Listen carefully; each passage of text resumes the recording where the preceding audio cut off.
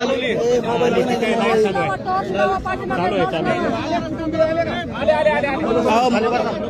खाली घ्या, थोडं खाली मध्ये येत आहे. नाही खाली नसतो बसत आम्ही.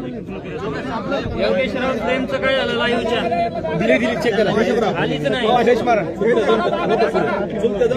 नाही कोणीच नाही. नाही दादा चालत नाही ते. चालत ऐका ना.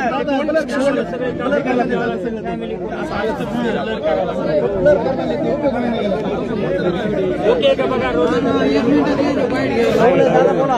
दादा चला शांत रहा.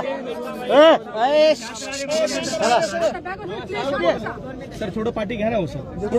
ओके का बोलले का सर तुम्ही थोडं पाठीमागे सरका. तुम्ही कुटुंबियांची भेट घेतली. मुख्यमंत्र्यांची सुद्धा संवाद तुम्ही कुटुंबाचा करून दिलेला आहे. काय नेमकी चर्चा? सर मोबाईल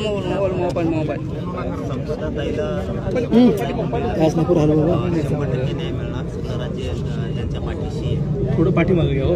सगळं येतं इथं. त्याच्यामध्ये सरकार नाही. कुटुंबाचं म्हणणं होतं यासाठी नियुक्त होणं गरजेचं आहे. हे सगळ्यांना द्यायचं आपल्याला. यासाठी तातडीनं नियुक्त करायचं सांगितलंय. त्यांनी सांगितलंय की आम्ही ही ऑर्डर केली, परंतु अधिकारी राहिले. त्यांना सांगितलं आज उद्या अधिकारी पूर्ण घेऊन लगेच गठीत करून टाका. ते सांगितलं. त्यांनी सांगितलं माझ्याकडे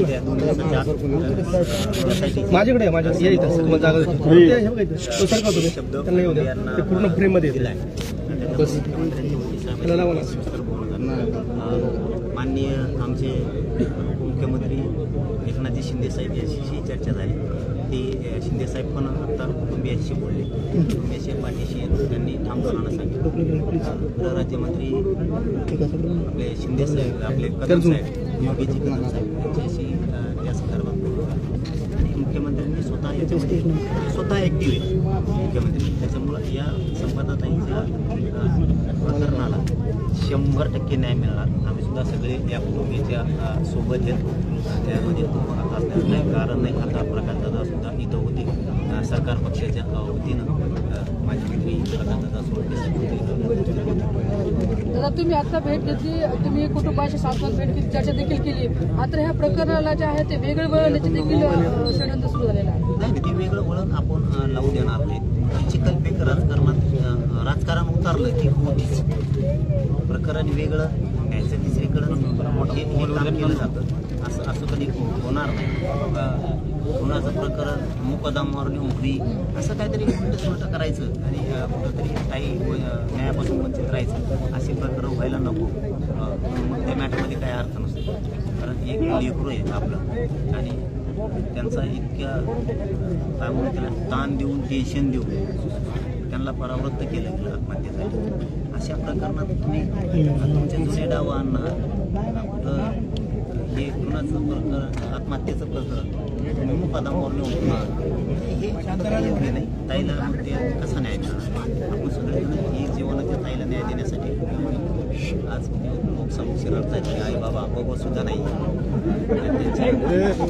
चेहऱ्याकडे सुद्धा वाटत नाही. भयान आई वडिलांची परिस्थिती. 2 भाऊ आहेत त्यांची. काय आता बहीण त्यांना समोर दिसत नाही. अवघड आहे. संबंधित प्रकरणामध्ये ज्या दिदींनी डॉक्टर महिलेंना एक पत्र लिहिलं होतं 4 ओळीतून, त्या पत्रामध्ये माजी खासदारांचं नाव आलं होतं आणि थेट मुख्यमंत्र्यांनी एका कार्यक्रमामध्ये क्लीन चिट दिली आणि कुटुंबियांची मागणी की PA सह त्या खासदाराची चौकशी झाली पाहिजे.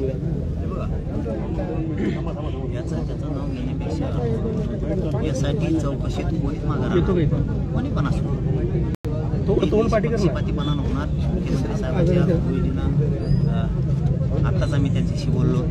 त्याच्यात मुख्यमंत्री फडणवीस साहेबांनी स्वतः लक्ष घातलंय. मुख्यमंत्रीचे आपल्या मोदी साहेबांनी पण सांगितलं. फडणवीस साहेब सुद्धा बोलणार होते.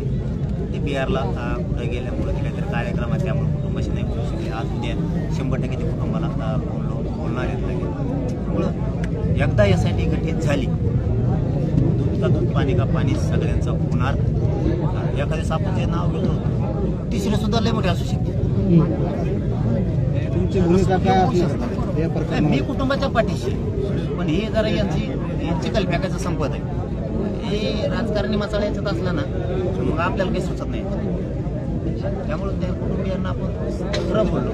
मला राजकारणाच्या लफड्यात पडलं ना, मला काही सुचत नाही. राजकारणी नुसती चिखलं फेकी देते का नाही ते मेन मॅटर ताईला न्याय मिळायचं ते माझा राजकारण संपल्यावर मग मी शब्द दिला ताईला न्याय मिळतो तर मी मागं हटणार नाही. तुमची विशेष मागणी काय असणार दादा? डॉक्टरांच्या जातीवरून, आडनावावरून आणि जिल्ह्यावरून देखील हिनवल्या गेल्या, त्यामुळे कुठेतरी ते प्रवर्तन करण्यात गेला नाही. हा देखील याच्यामध्ये खुलासा आलेला आहे. तुमची विशेष काय मागणी असणार आहे? तुमची मागणी काय आहे? जिल्हा बदनाम केल्यामुळे एक प्रकरण घडतात असं काही बोलले होते नेते. कुटुंबियांचं म्हणणं आहे आमच्या ताईला न्याय मिळाला पाहिजे, सगळे आरोपी अटक झाले पाहिजे, SIT नियुक्त झालीच नाही, त्याच्यातून आमच्या ताईला न्याय मिळणार आहे. त्यांनी सांगितलेले 4 कामं मी पूर्ण करून देणार. जसं महादेव भैया मुंडेंच्या प्रकरणामध्ये मला 3 कामं सांगितली होती, मी ती करून दिली. तसे त्यांनी मला 4 कामं सांगितली, मी 4ही पण ते करून देणार. दादा SIT काल रात्री गठीत झालेली मुख्यमंत्र्यांनी केली आहे. मात्र या ठिकाणी यांची प्रमुख मागणी अशी आहे की जे काही न्यायाधीश हे असतील अध्यक्ष त्यांच्या माध्यमातून संपूर्ण चौकशी झाली पाहिजे. गठीत झालेली नाहीये सगळ्यात महत्वाचं, मी आत्ताच बोललोय. त्यांनी फक्त ती घोषणा म्हणूयात आपण त्याला की आम्ही SIT नियम घोषित केली. हा फक्त. तर आता मी बोलल्यानंतर मी स्टेटस विचारलं SITचं त्या प्रकरणाच्या संदर्भातलं. आता म्हणणंच असेल तर आम्ही लगेच गठीत पण करतो असंही होतं, परंतु गरजेचं होतं म्हणून आता उद्याच्या दिवस तरी ते होत नाही. कुटुंबाशी चर्चा झाल्याच्या नंतर सगळं क्लिअर होईल, म्हणजे सरकारचं आणि कुटुंबाचं झाल्याच्या नंतर क्लिअर होईल. उद्या किंवा परवा SIT 100% गठीत होणार. या संपूर्ण प्रकरणामध्ये महिला आयोगाच्या अध्यक्षांनी पत्रकार परिषद घेतली आणि यानंतर आता राज्यभरातून रोष पाहायला मिळतो. अजितदादांनी सुद्धा शब्द दिला की कारवाई झाली पाहिजे. या संपूर्ण प्रक्रियेकडे तुम्ही कसं बघता? कारण त्यांना अधिकार तसे नाहीत असं बोललं जातं. मी अजितदादांना सुद्धा आता घडीत बसल्यावर या विषयात बोलणार आहे, या प्रकरणाच्या विषयात. तेही कुटुंबाला मी शब्द दिला की मी त्यांच्याही कानावर टाकतो. इथून पुढं तेही सतर्क राहतील. असं वाचकून पुढं बोलायचं मंत्र्यांनी किंवा त्यांच्या संबंधित पदाधिकाऱ्यांनी याच्यावरती लक्ष ठेवतील असं मी त्यांना गाडीत सांगणार आहे. 100% ते इथून पुढं तरी अजितदादा 100% त्यांच्या मंत्र्यावरती, आयोगाच्या अध्यक्षांवरती अंकुश ठेवतील, हे मात्र 100% होईल. दादा सरकारकडून न्याय मिळेल असं वाटतंय? सरकारकडून न्याय मिळेल असं वाटतंय? आणि मग आपण काय आलं जो शिवविच्छेदन ना दादा, राज्य आरोग्य विभाग आणि आरोग्य मंत्री या घटनेबाबत बिनधास्त आहेत, त्यांचं काय याच्यावरती काही नियंत्रण नाही? बघ भाई, मी एक सांगतो, मला बोलायची सवय, मी धोरणाला जाणतो यांना सगळ्या, पण यांचं लफडं संपून द्या एकदा या राजकारणाचं. नुसती चिखलफेकी देते. ताईचा न्याय घेणं हे डोळ्यासमोर ठेवलं पाहिजे प्रत्येक राजकारणी. याच्या आडून मुकादमा सोडून आण, हे करून आण, हे मला नाही आवडत. ताई आली ते नंतर करा ना, मी नाही म्हणत नाही. तुम्ही मुकादमा सोडून आणा, तुम्हाला काय करायचं करा, पण ते नंतर. आज ताईच्या घरात एवढं मोठं दुःख कोसळले, तिला न्याय देण्यासाठी SIT नेमायची. आरोपी कोण कोण आहेत, सहआरोपी कोण कोण आहेत, हे पुरे टीम जेलात पडली पाहिजे एकदा सडक.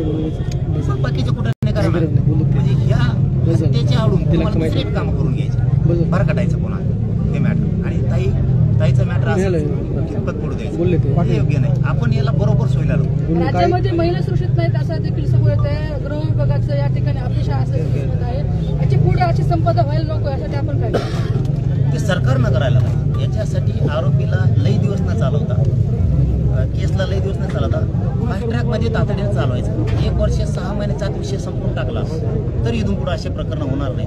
आणि मुख्यमंत्री साहेब आता बिहारच्या दौऱ्यावर येते, ते झाल्याच्या नंतर मी त्यांना ही विषय संपदाताईचा सांगणार आहे की तुमच्या राज्यात पुढं अशा घटना पुन्हा होऊ नये. संतोषभाई देशमुखांसारख्या, महादेवभाई मुंडेंसारख्या, आता संपदाताई मुंडेंसारख्या अशा होऊ नये म्हणून केस लवकर संपवत चाल.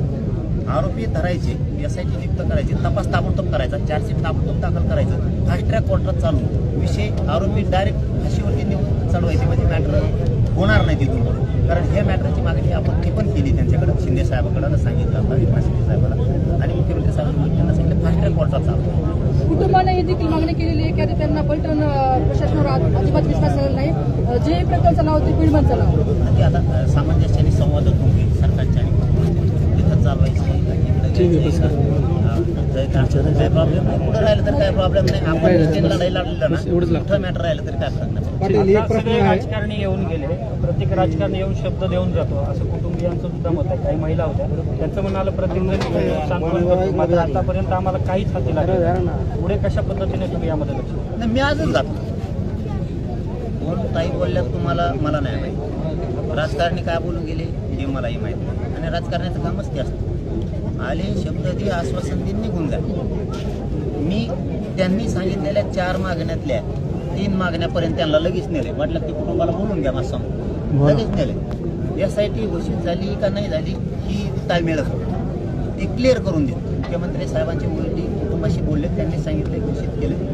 म्हणत असले तुम्ही तर आम्ही लगेच गठीत करतो, परंतु थोडं आणखी कुटुंबाला काय बोलायचं त्याच्याशी म्हणून ते थांबलं. उद्या किंवा परवाच्याला तेही गठीत होऊन जाईल. महिला IPS अधिकारी त्याच्यात येतील. कुटुंबाचं काय काय म्हणणं आहे SIT ते पण ऐकून घेतलं जाईल. हे म्हणणं होतं त्यांचं, तेही क्लिअर केलं. शिंदे साहेबांचं त्यांचंही बोलून ते सरकारी नोकरीमध्ये त्यांच्यातला एक मुलगा, त्यांच्या कुटुंबातला आधार दर्जाचा एकदम गरीब कुटुंब आहे.